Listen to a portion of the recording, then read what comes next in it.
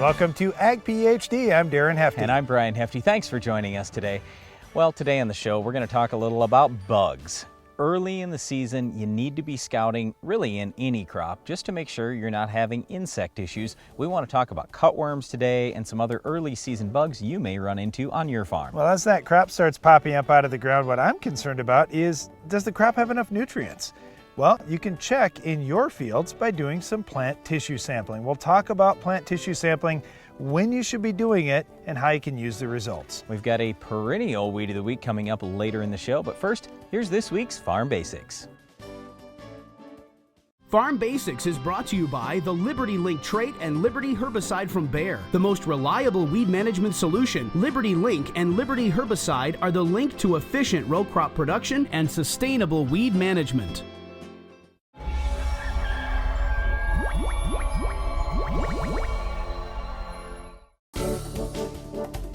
During our Farm Basics time today, we're going to talk a little about grass waterways. When you look at many fields across the country, if you're out driving in the country, you'll notice, hey, here's this nice, beautiful field, and then, wow, there's a grass strip running through the field. What is the purpose of that grass strip?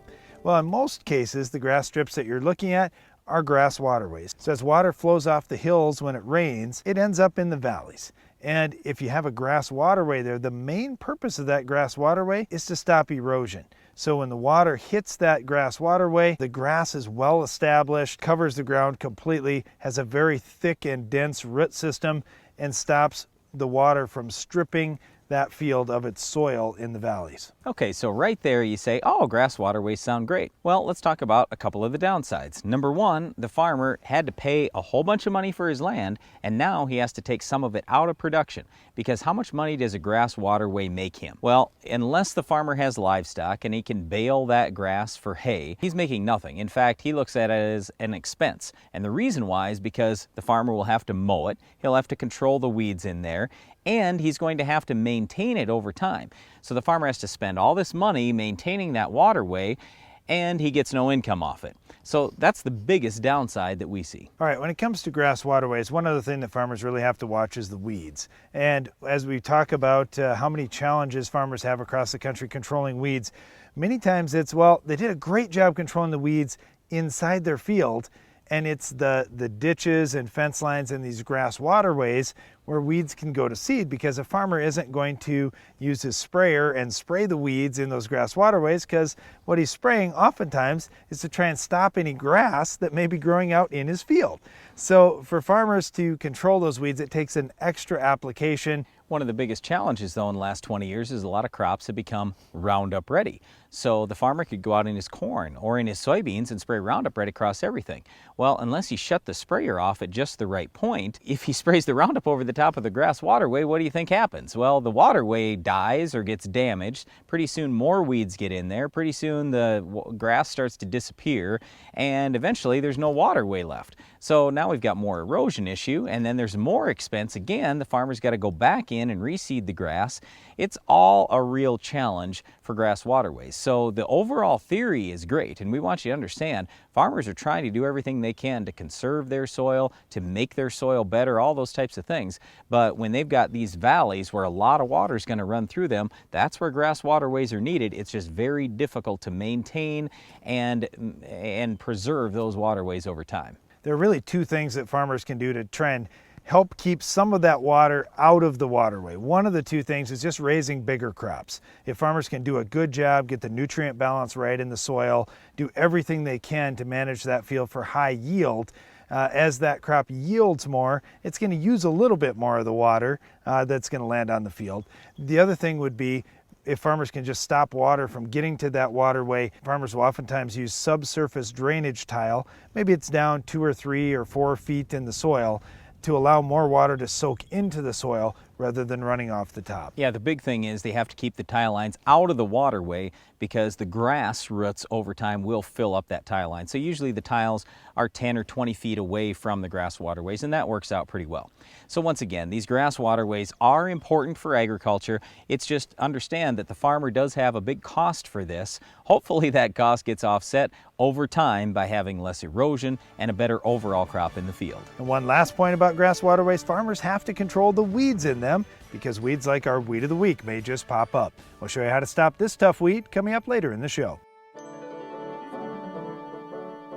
Regalia RX biofungicide activates a plant's natural defense system, limiting the effects of disease and improving overall plant health. Regalia RX complements your fungicide program to optimize yield and strengthen return on investment. Ask your retailer for Regalia RX today. Compaction created during planting leaves thousands of dollars of potential yield in your fields. Copperhead Ag has developed the Furrow Cruiser spiked closing wheel to close the seed trench more effectively. With a unique combination of closing power and control, the Furrow Cruiser provides earlier, more even emergence and higher stand counts, returning yield potential and putting profit back in your pocket. For more information on why you should never run a traditional closing system again, visit copperheadag.com. With new seed traits and chemistries entering the market, your crop protection equipment needs precision and adaptability. Hypro Innovative Spray Technologies has the products to give your applications greater accuracy, less drift, and more coverage. Hypro, right on technology, right on target. We've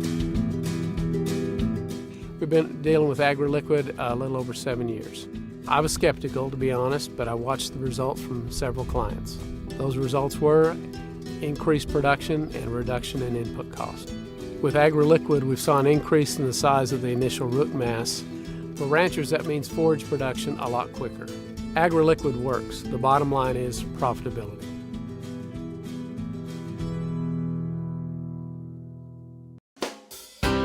Attention farmers, are you able to sell your grain for a premium? Your local Agri-Dry dealer can show you how farmers are seeing a return on their investment with Agri-Dry products this year. Higher test weights, even distribution of forage material, and target moisture premiums are all benefits Agri-Dry customers are seeing on their grain sales tickets this year. Are you ready to start making more money on your stored grain?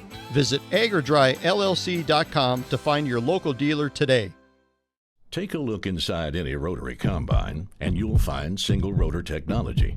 Technology Case IH introduced over 35 years ago with the axial flow combine. But unless it gives you more bells and whistles with fewer belts and chains, more power using less fuel, it's not an axial flow. Because while the heart of every rotary combine beats red, only Case IH gives you the power to do more.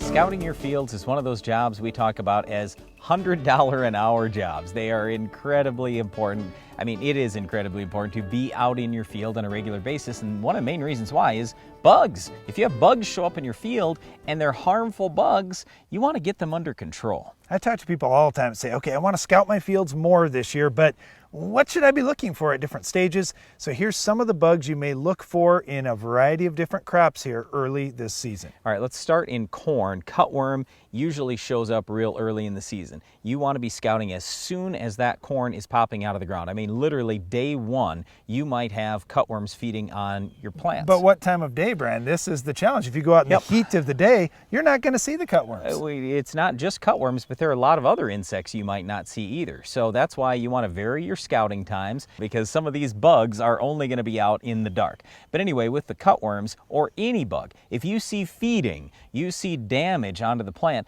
try to figure out what bug it is, and that may mean staying out till all hours of the night just to see what bugs you actually have in the field. So a lot of times you'll hear people talk about the threshold being, well, if 3% of the plants are cut in the field, then you can go after them. Or if 10% of the plants are cut in the field, I'll hear some people say, and I think, are you kidding me? I've got 30,000 plants per acre. That's it. Yeah, but if I have 3,000 of them laying on the ground, that's trouble. That's true. But here's the good thing with corn. The growing point is well below the soil surface when that corn is just popping out. So you can have a little bit of feeding and it doesn't hurt a lot. And that's one of the challenging things is, how much feeding can I really have before it justifies treatment? But here's what I want you to think about. It now costs $2 to use a full rate of a pyrethroid insecticide, or maybe $4 of, say, a pint of Lorsban. Those are your two main choices, and they're both dirt cheap. So on our own farm, here's what we commonly do. We go out and we spray herbicide real early. It might be V1, V2 in corn or in any of these other crops, and we just hit the outside 4 rows, and the outside 4 rows right around all the waterways, and we spray herbicide and insecticide. Well, now we've not spent nearly as much money, and we've done a lot of good. Let's turn to soybeans, because you talk about, well, that early feeding on corn, it's just leaf tissue, it's not the biggest deal. If we've got something like bean leaf beetles out in soybeans, there may only be 2 leaves, and it may be the cotyledon leaves, and if we clip that off, our plant is dead. Well, that's true, but here's what I worry more about than anything with bean leaf beetles and some of these other bugs is injecting disease. When you have bean leaf beetle feeding, you have more likelihood of bean pod mottle virus, and there may be some other diseases that get in too. The good news is a lot of the seed treatments do pretty well on early season bean leaf beetles. Otherwise, again, you get the same options, pyrethroid or lorsban. Let me throw a bug at you in wheat. We see a lot of different types of aphids depending on where we're at in the country in wheat, and they're piercing and sucking insects. They're biting into those wheat leaves, and I hear guys all the time, hey, I'm going to spray a fungicide early in my wheat. Don't forget about the insecticide, because if you've got all those little puncture wounds, you're going to see even more disease pressure. Exactly. Now, lorsban's a little bit better on aphids than the pyrethroids, but the lorsban adds a little more burn. So if you're spraying a fungicide and a herbicide and you say, oh, I got enough leaf burn already, I don't really want to throw lorsban in, the pyrethroid will be fine. How about alfalfa? Because so many times that first cutting is just in terrible jeopardy due to bugs. Well, the problem is you got to get out there and scout before you're ready to do that first cutting. You can't be out there and go, uh-oh, I got all kinds of bugs. No, you're too late. Pre-harvest interval is 7 days, maybe 14 days, depending on the insecticide you want to use. And there are a lot of early season bugs that can affect the alfalfa crop. Well, you talk about alfalfa weevils. Alfalfa weevil larvae. Exactly. Yes, the larvae early in the season. And the good news here is both pyrethroids and lorsban are good on those early season cutworm type or worm type bugs. Where is it that you want to switch modes of action? Because we hear talk about the neonics coming out post-emerge, and also a little talk about lorsban. Yeah, we're not big on spraying neonics post-emerge. We're worried about bee kills. Let's save the neonics for seed treatments. That's where we really need them. The other thing is in terms of rotating modes of action, if you're spraying once per year, it's no big deal. But when you start spraying 8 times per year, then it's a really big deal. So then you got to work with an agronomist. Maybe you're going to need more than just the pyrethroid and the organophosphate lorsban. Okay, the other thing is just, hey, crop prices have changed dramatically over the last couple of years. How do I figure my economic threshold and what it is today? A lot of the economic thresholds are from 10 or 20 years ago, before the crop prices ever ran up in the first place. So you can use numbers off your own farm. Look at your yield goal, look at your price, look at your cost for the insecticide, look at your cost for the actual spraying. I know on our own farm, we do not have to see many bugs before we can justify treatment. Then the last thing I would say is when you're out spraying for bugs, if you've got a heavy bug infestation in your field, chances are disease might not be too far behind it. So if you're spraying for disease, watch for the bugs that are out there. If you're spraying for bugs, think about having some disease protection at the same time. If you can apply a really inexpensive product, like Equation, for example, well, if you can do that for just a few dollars, that's cheaper than another trip across the field that you might have to make later. Well, once again, it is important to be out there scouting for bugs, but it's also important to scout for weeds like our Weed of the Week. Can you identify this week's weed? Introducing the Soil Max ZD48, the newest addition to the Soil Max Gold Digger lineup. The first plow designed for smaller class tractors, the ZD48 has been tested on tractors weighing between 10,000 and 16,000 pounds with excellent results. Designed for row crop farms, vineyards, irrigation, and specialty crop farms. The Soil Max ZD48 will install tile up to 48 inches deep, as well as install 3 or 4-inch tile. The ZD48 truly opens up the world of tile installation to more farms than ever before. With the success of the Case IH Steiger Quad Track and Magnum Road Track tractors, it's no secret why Case IH is the leader of the track. So it wasn't surprising when the competition started imitating us. But only Case IH offers a 5-axle design to give you a smoother ride, more power to the ground, with less berming and compaction. Still, we're flattered. In fact, if we weren't already red, we'd be blushing.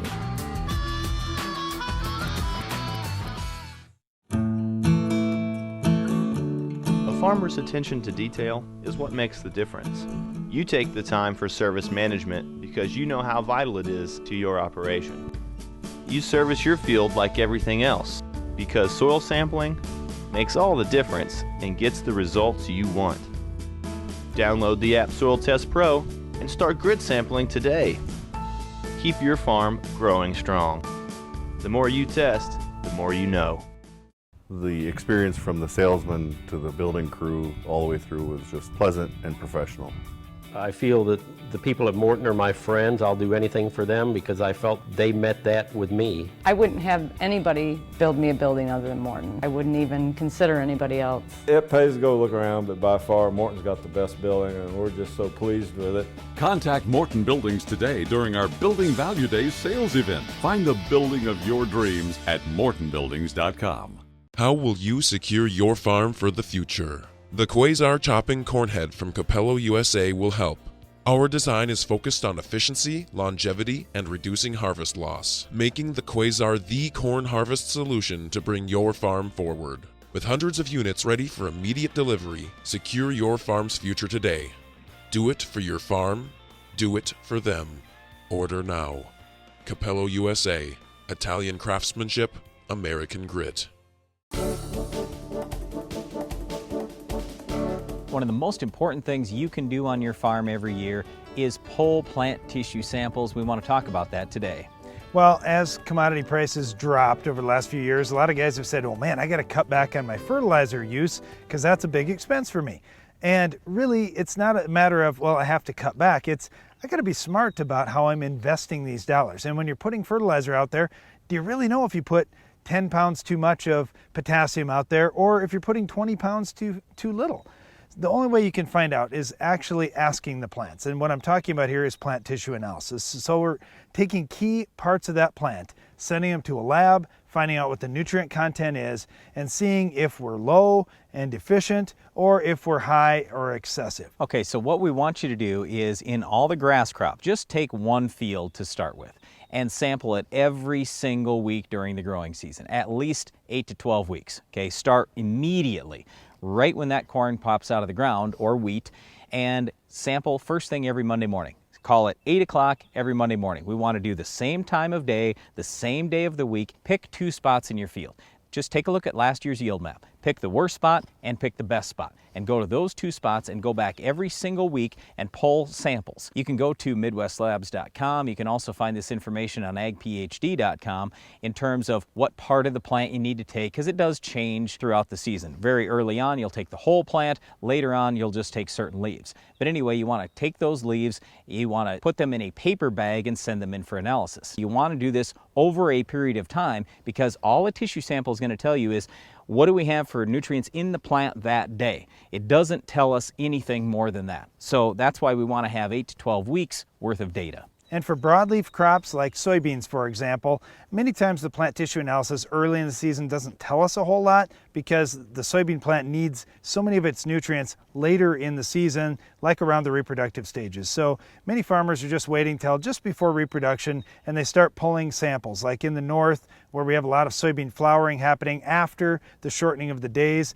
We'll go mid-June and start pulling some plant tissue analysis and then pull it all the way through the reproductive phases. Yeah, and you can certainly run it all season long, but we would tell you, we haven't found much information early in the season, so maybe save the money for the first 4 weeks and then spend the money later on. So still go 8 to 12 weeks, just start with broadleaves a little bit later in the season. Okay, I got a couple of things there. I really liked Brian's 8 to 12 week approach because you can see trends happening and you don't see, hey, I got a big rain, it pushed lots of nutrients into my plant and everything looked good for a few days. Okay, that's fine. It's going to wear off over time. So you want to see, all right, how does it look? And then you can even chart when you got some rains if you like, or just look up online and find out when those rains happen, because you'll normally see a spike of nutrients into the plant around those rainfall events.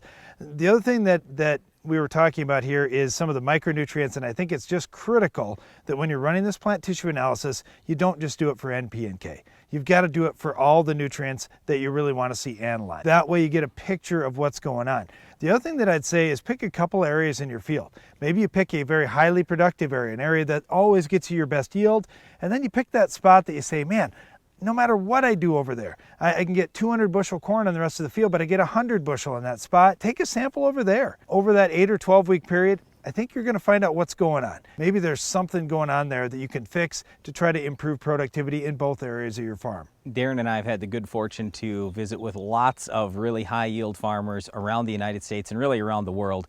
And I can just tell you that almost invariably, these farmers are using plant tissue analysis. It's just a way, again, like Darren said earlier, to fine tune your fertilizer program. It's tremendously helpful to have data rather than guessing on how did you do with your fertilizer program. The key point here is there is data available for you if you just go out and take some plant tissue and send it into the lab. The other thing is the cost is very low. It costs roughly, depending on where you're sending it to, about $20 per sample to get plant tissue analysis. So let's just say you've got a problem area out on a farm. You're going to take a sample in a good area of the field and a bad area of the field. So you got 2 samples each week for 10 weeks. That's $40 a week times 10. It's $400, and you can solve your problems out in the field for the next 20 or 30 years by fixing whatever you learned from the tissue sample. Well, when you're out pulling tissue samples, we also encourage you to scout your fields. You may find our Weed of the Week will tell you how to stop it on your farm coming up next. The Weed of the Week is sponsored by the Enlist Weed Control System from Dow AgroSciences, a new herbicide and trait system that will build on glyphosate. Farming isn't just in the land, it's in you. Take control of weeds like never before. Enlist builds on the Roundup Ready system, combining proven control of a new 2,4-D and glyphosate in Enlist Duo herbicide. Protect what matters without changing the way you farm. Talk to your seed or crop protection supplier today.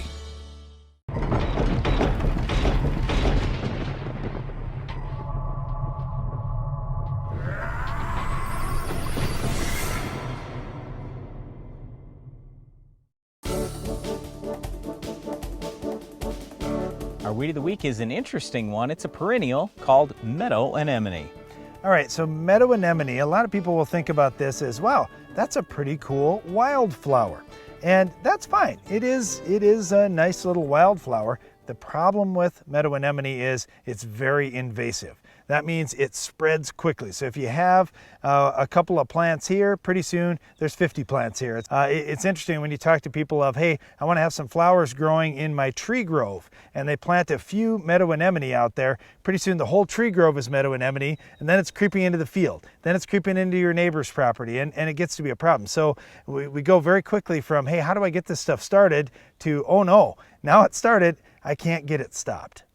All right, well, the problem is it is a perennial. It's got rhizomes. It's going to be tough because ideally we'd like to get all the way down in through that root system and kill it all. So you say, well, will Roundup work? Well, it's not going to work at this little 22-ounce rate or anything like that. Yeah, you might burn a little bit of growth, but do you really think you're going to get down into a good perennial root system? No way. So your best bet is to use the highest labeled rate of Roundup in the crop. Otherwise, even then, you might only be able to run 32 or 44 ounces of 6-pound Roundup. That still might not be enough. So you kind of have to hit it with multiple shots just to keep that out. I think you would have some success with Status, Dicamba, 2,4-D, those types of products that'd used be my almost bet anywhere. Too. Yeah, that'd be my bet too. If you could use that in a burn down where it's labeled, or if you could use it in crop in some situations, like the dicamba could be used in corn, potentially some other crops down the road here too. The real challenge for controlling Meadow Anemone is when it does get into that tree grove and you say, man, it has gotten too far. How do I stop it in a tree grove without killing the trees? So what I would do then is I'd spray real early in the spring before you have leaves on the trees. I'd spray late in the fall after the leaves drop off, and I'd hit it both times with very high rates of 2,4-D. And again, we're not going to say that's going to be 100% control, but at least that's going to be suppression. It's better than nothing. All right, well, that's all the time we have for our Weed of the Week, Meadow Anemone. It's a tough one to get under control because it's a perennial and it is invasive. Stay tuned because Iron Talk is coming up next. Compaction created during planting leaves thousands of dollars of potential yield in your fields. Copperhead Ag has developed the Furrow Cruiser spiked closing wheel to close the seed trench more effectively. With a unique combination of closing power and control, the Furrow Cruiser provides earlier, more even emergence and higher stand counts, returning yield potential and putting profit back in your pocket. For more information on why you should never run a traditional closing system again, visit copperheadag.com. Are you looking for an easy way to apply dry powdered products to your stored grain? Do you want to use the applicator recommended by industry leaders for products like Diacon-D and other dry powder products? Changing Time CT applicators successfully apply a diversity of products quickly, easily, and accurately. The innovative CT applicators are designed to give you the most accurate application of products such as talc, inoculants, fertilizers, and other dry products. For commercial use or on the farm, you need the applicator industry leaders are using. CT applicators for the changing times.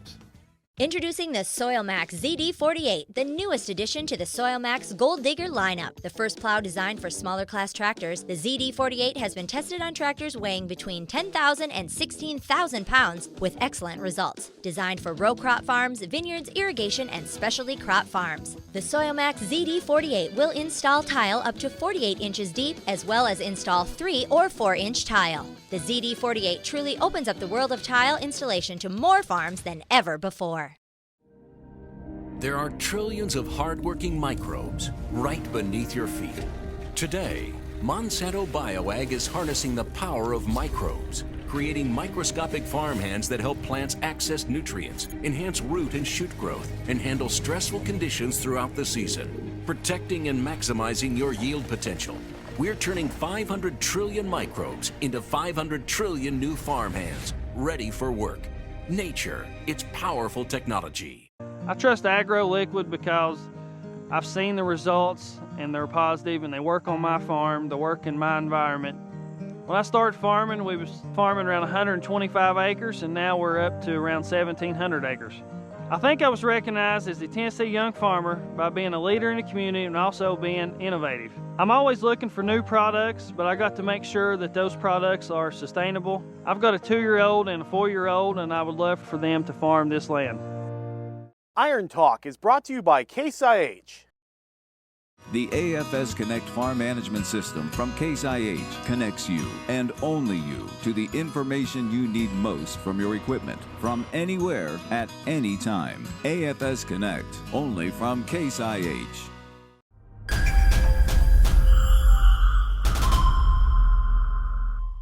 Why should you use a 2x2 placement? We'll address that question in today's Iron Talk. On our farm, we really like in-furrow placement of fertilizer and some biological products. I would consider that to be a pop-up application. When I think of the word starter fertilizer, I'm thinking of a fertilizer applied at planting time, but not necessarily in the furrow. A 2x2 placement would fit into that category. More farmers across the country are looking for ways to add planting time applications outside the furrow for a variety of reasons. First, soybeans and some other crops simply can't tolerate much fertilizer in the furrow. Even moving 2 inches to the side and 2 inches below soybean seed, you can put a pretty good load of fertilizer on without creating a stressful environment for the seed. Second, some products you may want to use, like biologicals, may not be completely compatible with fungicides and insecticides you're already putting in the furrow. Whether they create plugging issues or just work against each other, by placing them in 2 different spots, you can utilize the full strength of both products that you want to use. Third, you can only put so much fertilizer safely into the furrow, even with corn. You can't safely put 10 gallons of 1034-0 in furrow 100% of the time. In fact, in our farm, in 30-inch row corn, we never want to put more than 5 pounds of salt in furrow, and that equates to just 3 gallons of 1034-0. By adding the option of putting more fertilizer off to the side of the row, you can now put on as much as you need without risking injury to the seed. Of course, you could switch to a safer product than 1034-0, but you still shouldn't put more than 5 pounds of salt in furrow on a 30-inch row. For these reasons and more, farmers across the country are taking another look at adding the capability of utilizing a 2x2 placement. The returns in soybeans may be enough to justify the system, but the flexibility it gives you on corn as well is a nice fit. That's all for today's Iron Talk, and now back to the show.